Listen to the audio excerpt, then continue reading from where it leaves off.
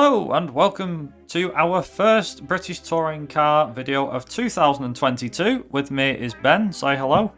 Hello. And today we're going to be covering the pre-season, so all the news that we've had so far up until today, which is the 15th of March when I'm recording this. So we've got a lot of driver changes between the 2021 season and the upcoming 2022 season. So we're going to be covering those. We're going to also cover the calendar for the season to list the dates for everybody so that you all know when they're happening. We're going to be briefly talking about the hybrid system that's coming in this year. It's been introduced for the first time. And finally, we're going to give our predictions for the season. So to start off with the driver changes. So we've had quite a bit of news in the last couple of months since Brands Hatch finished in October 2021.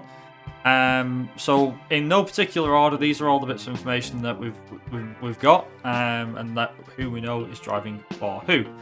So we've had George Gamble. He's joined Sicily Motorsport for his debut season, who's racing alongside Adam Morgan.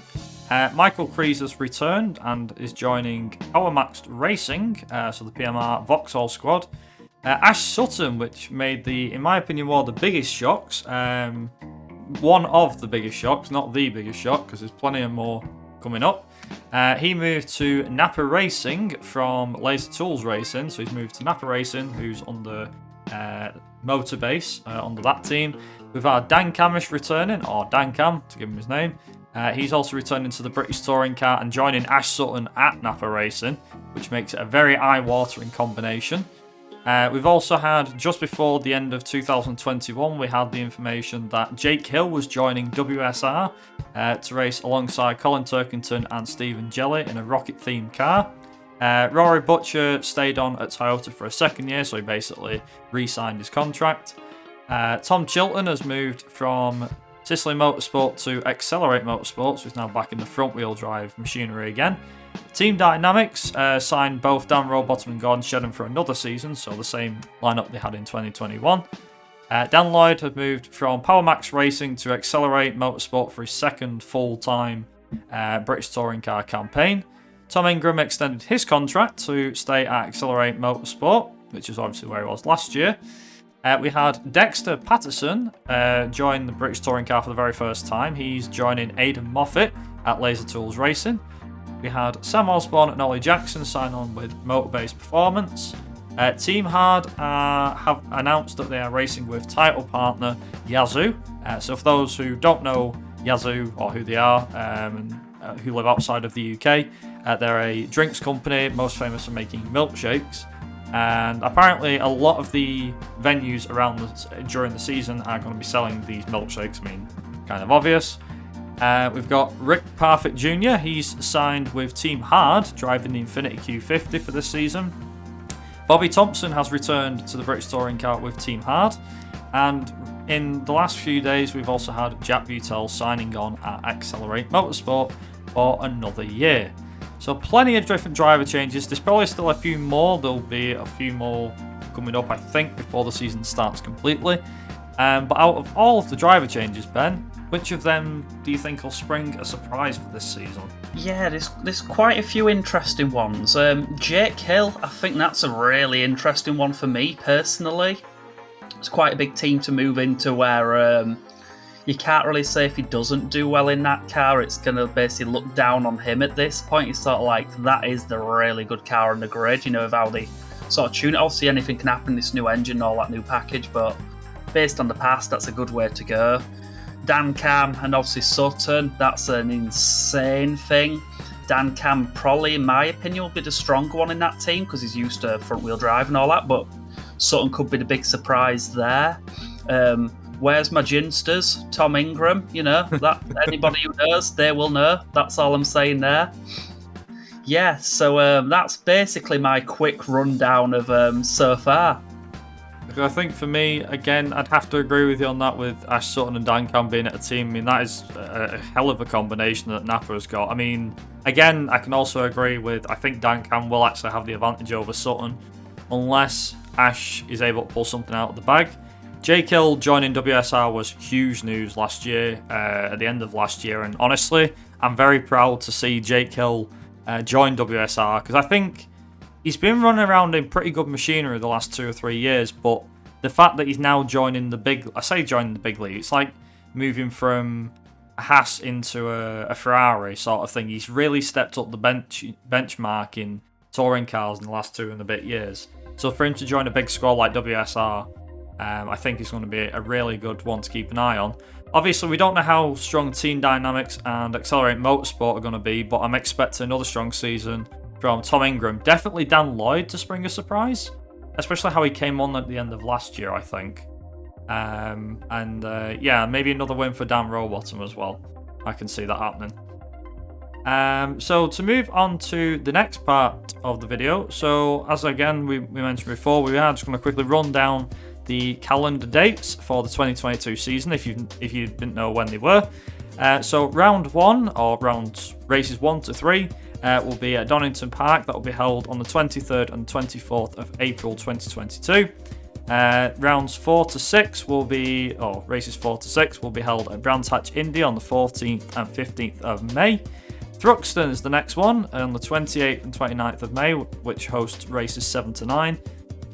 Races 10 to 12 at Oulton Park run on the 11th and 12th of June. 2 weeks after that, we head over to North Yorkshire, where we get to the Croft Circuit on the 25th and the 26th of June. Then it's up north of the border to Scotland at Knockhill for rounds 16 to 18 on the 30th and 31st of July. Then we've got another month's break to Snetterton, which is on the 13th, 14th of August. We have a second round at Thruxton, which is the 27th to the 28th of August. That's then followed by Silverstone, which is the latter end of September. That's the national circuit for those that are interested. And finally, the calendar rounds out at the Brands Hatch Grand Prix circuit on the 8th and 9th of October. And it is worth mentioning that myself and Ben are going to be attending the first round at Donington Park on the 24th of April. So that's the Sunday on the race day. If any of you guys are there, we look forward to hopefully meeting you. Just be sure to give us a wave or come say hi. We'll be more than willing to talk to you, of course. And obviously there's a couple of races that I might be attending myself in person. But that's the 2022 calendar. On to the next part, which is the hybrid system. So Ben, this one is all yours. Yes, so as per normal, I will keep with talking about the hybrid system because I tend to enjoy talking about the interesting things of mechanical knowledge. So yeah, everybody will basically be, as far as I know, on the hybrid system now. It basically gives you like 10% power increase for a maximum of 15 seconds per lap. The hybrid system will deploy when the driver pushes the button, and then once full traction has been established, it automatically will disengage when braking, and or if there's less than full traction. So basically when you have interested steering inputs or something goes wrong, in theory it should kick out. And there are going to be like quite a lot of parameters built into the system, more than these. That's basically the basics on it. It's going to be quite interesting to see, obviously, who can get to grips with it, who can get used to it, and who can figure out what's going on with all that. And I imagine there'll be more tweaks and more things to come on that. So yeah, we have already covered this in the past. We're going to leave a link to that video in the description below. So if you want to check out a lot more and you're really interested in this, by all means, launch comments and I'll try and help out answering them myself. Both of us will. Or look back at the description and you'll see the link there. No problem. Thank you very much, Ben. Which brings us on to the final question, and these are the big ones. So, I say the big ones. This is the big one. So, predictions for this season, Ben. Who do you think will win the Drivers' Championship? Ooh, that's so tough this year because of the new engine. So, driver and team. I'm going to stick with kind of what I always tend to like going on. I'm going to say Ingram. I'll always try and sort of put him up. That's more like sort of if he did it, it'd be really amazing for me. So it's hard anyway because of the new engine, like I said, and everything going on. And then the team. See, with the way Napa's gone at it, Napa could be a really interesting team. But then I think WSR may be the ones going for it with like all the people who've got there, as all of them are people you can just see on the podium constantly going for it. So it's like, I'm going to say driver, Ingram, Team WSR.